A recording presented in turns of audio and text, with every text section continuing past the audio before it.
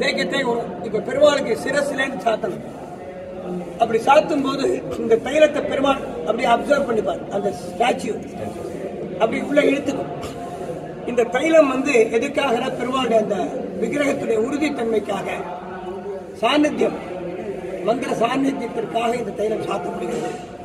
ஒரு தைல பிரதிஷ்டை பண்ணினா 64 கும்பாபிஷேகம் பண்ண பலன்.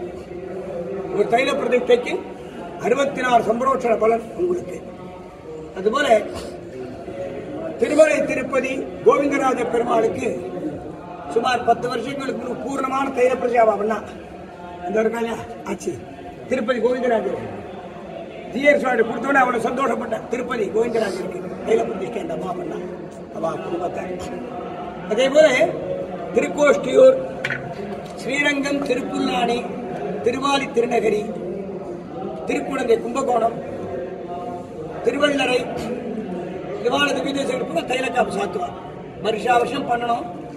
வஸ்துக்களுடைய விலை விஷயங்கள் ரொம்ப பல மடங்கு இருப்பதால 10 வருஷத்துக்கு கொஞ்சம் கொஞ்சமா திரவியம் சேர்த்து கொஞ்சம் சேர்த்து நடக்குது.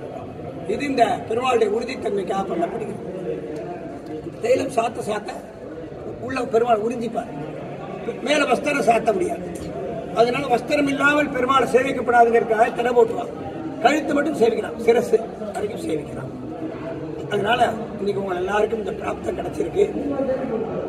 திருமைய மலையாள ஜிஆர் சுவாமி சிஷ்யர்கள், திருமயத்தைச் சேர்ந்த பூர்வீகமான ஒரு ஸ்தலத்தான் மற்றும் திருமையர் அறக்கட்டளை அன்பர்கள் எல்லாரும் சேர்ந்து இந்த கைகரித்து பண்றாங்க.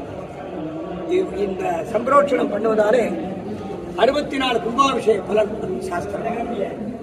இன்னைக்கு இந்த தைலம் காய்ச்சக்கூடிய மெத்தடை நீங்க பார்க்க முடியும். பெருமாளுக்கு வேண்டிய தைலம் தயார் பண்ணியாச்சு.